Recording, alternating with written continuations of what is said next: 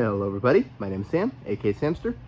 Today is July 5th, 2025, and also the last night for this 1965 Saab 96 to be a car. I am just about ready to start it up one last time and see how everything, one last check over everything. I've labeled a lot of things like the wiring harness, all the systems, stuff like that. You can see all the blue text and stuff everywhere.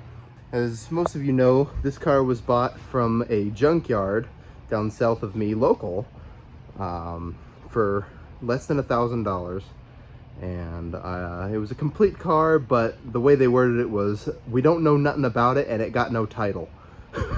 So I wheeled and dealed a little bit and noticed the engine was not locked up, everything was there, everything was complete. And 2 months later, I have this car running around town. It stops, it drives, it shifts, it idles, it runs great. All the necessities work, including some of the lighting system. And I say some, I mean most. Let's see, what do we have here? That's the windshield wipers, idiot. Got instrument dash lights, got brake lights, we've got headlights. You can see them shining there. We've got tail lights, we've got all, I'd say 70% of the lighting system work. But the reason I bought this car originally was the sole intent that it's still going to be. This is my 1960 Saab 93F. This was one of around 600 cars ever produced. This was a 93 body style, which you can see it had the skinnier back that looked like a airplane fuselage, really. I mean, look at this. Look how cool that looks. Anyway, it had the small window. It was a Saab 93 body style. However, it was the very end of the production line before the 96s came out, so they had front hinge mounted doors. That's really what makes this one special. It was a mutt from the factory. If you guys watched my last video about this car, you would know that it has been up to the top of the street and back for the first time in over 40 years. I had a 750 engine. It would have come with a 753 speed, 2-stroke, 3-cylinder, of course. Let's see, I got it up to the top of the street in the end of February, which was my goal for this year. But, so I was all way ahead of the schedule here. But, it was janky. It was like poorly done. There were a few things wrong that I knew about that I would last a little while and stuff, but want to make sure I don't use it too much, that kind of thing. But so my chance to restore it was going to be mid-summer this year kind of thing, was going to be the start ordering parts, stuff like that. And then this guy just kind of showed up. So once this guy showed up, it changed the outcome of this a lot, because I was going to focus on this. But really, the reason I bought this car is this, underneath everything, drivetrain, axles, braking system, electrical system, everything is going in this guy. I thought it over. This car specifically was a great friend of mine's who sadly passed away, as you guys might remember from the last video, me explaining that. When I inherited this car, there was a lot of history behind this car, a lot of lore. So one of the biggest things was when they bought it used in 1970. And when they bought this car, it was heavily modified already. Of course, they got it from a guy in Colorado, just one state above us. And when they bought it, it had an 850 in it, which for the guys that owned this car originally that I inherited from, they thought it had too much power and was, it had the triple carb setup. It had a 4-speed in it. It had, a couple other little modifications and stuff. That it was really kind of turned into a rally car. So they put the 4 lugs on it. So all these axles are the rare 4 lugs instead of just the normal 5 lugs. This had, of course, disc in the front and drum in the back. But anyway, what they did shortly after they bought it is they put it back to a 750, just a 750. So that got me thinking, 1970, that was 55 years ago. So this car hasn't been original for 60 years, really. when you think about it. It didn't have the original engine, it didn't have the original this, that, you know, it's been messed with a lot, and most of its life it's been like that. So I thought, well, what I'm gonna do is I'm going to put it back to how these people found it. So I have not the triple carb setup, but I have the original 850, you know, sport engine, of course, 3-cylinder 2-stroke with the 4-speed. It has the 4-speed, it's got hydraulic clutch, it's got, of course, this is the long nose, so it's got the front radiator, different thermostat housing, different water pump housing in the front, all that jazz, which we'll get to. But I thought, you know what, this candidate, because this car is so complete and so, at least, granted to me, not as sentimental, I thought this car is going mechanically in this car. But what was important to me was it's never been modified, it's never been dicked with like this thing. It's really kind of all original and nice, which really, I know that would upset a few people where it's like, you know, oh man, just leave this one be. But, you know, it's just not, to me, as an important of a car as the one that I know the story and the friendship behind. But even on, like, in the Saab community and Saab people and stuff, this is just a nice 96 850. It's not even, you know, any, like, Monte Carlo version. It's not the triple carb. It's not a, you know, it's just a 96 long nose. So it's not as important in even the Saab world as a 93F, in my opinion. Let's get to starting this guy. So it is, in fact, completely cold. Hasn't been run for, oh, 6 hours, let's say. So we're gonna start it up, pull some choke.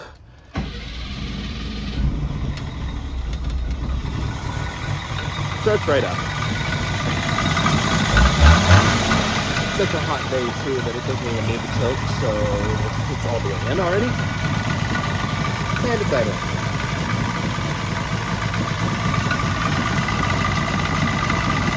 Nice idle. Already very responsive. This car, when I got it, it had no antifreeze or anything in it. I filled it up with just water, and green came out, or filled up. And it's like, there must have been antifreeze in the block, right? And I kind of emptied out. So, that's the stuff that's been in it. It has not leaked. The entire, like, 2 months I've had this car, I have not touched it. I haven't tightened a single hose pan, and it just runs, and works. And the pump works. Doesn't leak. Everything like that. That is a common occurrence on this car. Everything I touch or don't touch just seems to want to live again, which really makes me think this is a good baseline for this car. Even things like the mechanical fuel pump is just like, it just works. You hook it up and it just works again. A few things I've done, of course, like rebuilding the carburetor. When I say rebuilding, I mean cleaning. I put a different coil in it. This coil that came with the car was bad. Of course, a couple of new fuses. What else? I don't know. It's an amazing feat that this car just runs. I mean, they're simple cars. They're simple engines.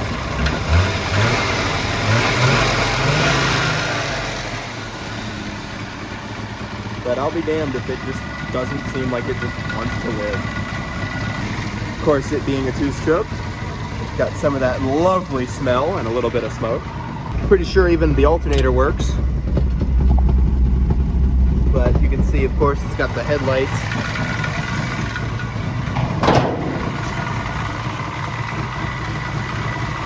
It's got brake lights and tail lights, like I said earlier. So, but yeah, this will be pretty much a farewell to this car. As impressive as it has been, it's gonna go for a better life. So, let's shut this guy down.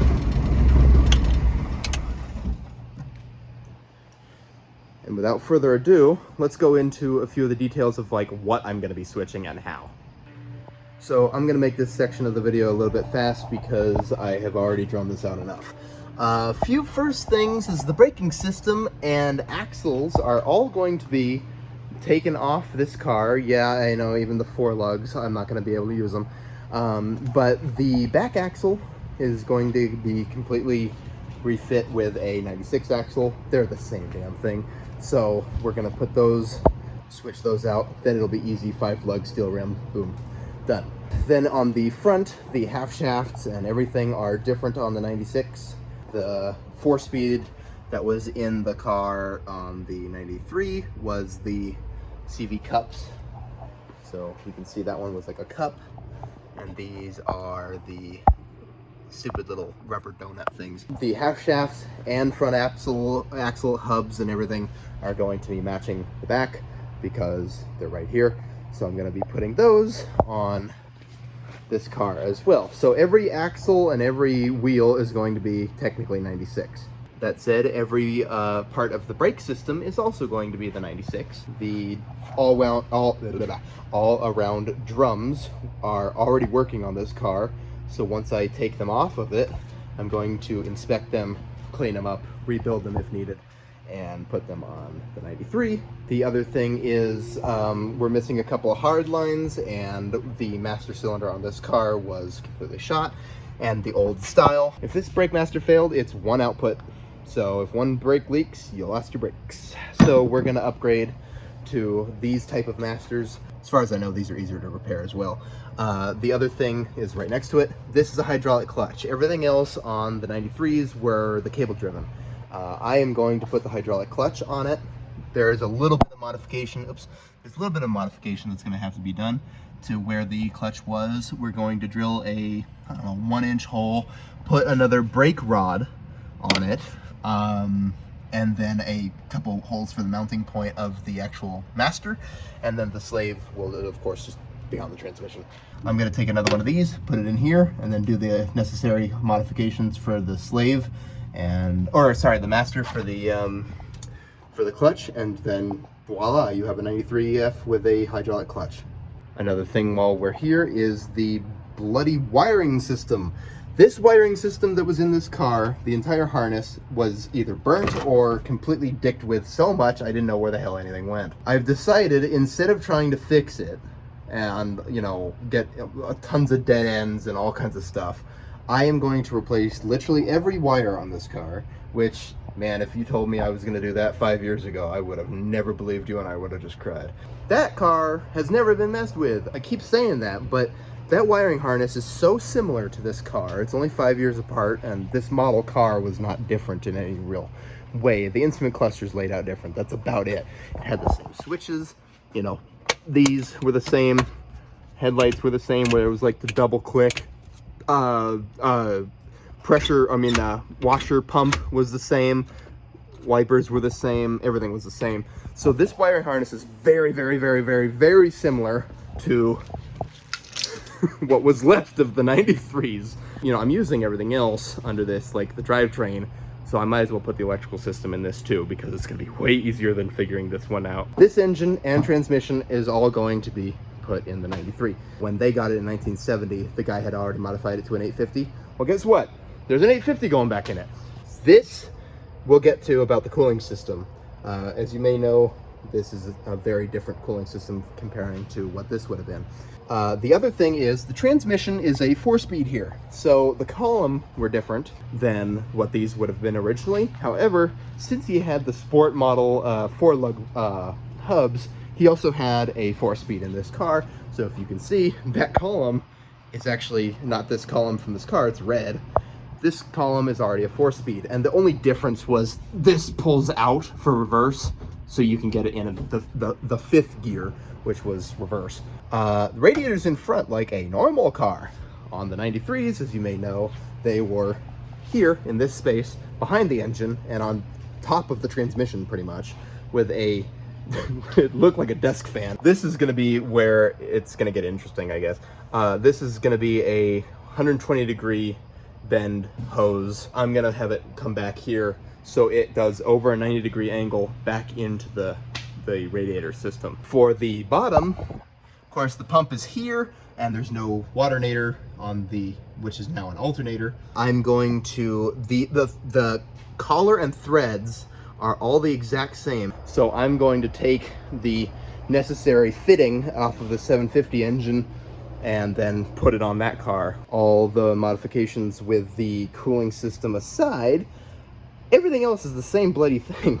I mean, exhaust system, transmission mounts, half shafts, A-arms, suspension, axles, wiper motor, heater stuff, a couple parts. Like I said, I already showed you how to convert the braking and clutch system. Everything should, and I say should, let's go knock on some wood. It all should be able to pretty much fit, you know, in the 93 with little modifications. If you guys want more updates on this, please let me know. I will try to make a few more videos of like the process if you guys want, but please let me know. Yeah, thank you guys for watching, and see you in the next video. Bye-bye. A little bit of extra content. This is the clock that is a 8-day wind-up clock in the 93. It's out of the car because it was just not working, and guess what time it actually is? Yep, it's 9:07. I aired it out and lubed it up a little bit and just wound it, and sure enough, thing works. So anyway, I thought that was kind of cool to see it out of the car though, with all the workings and stuff.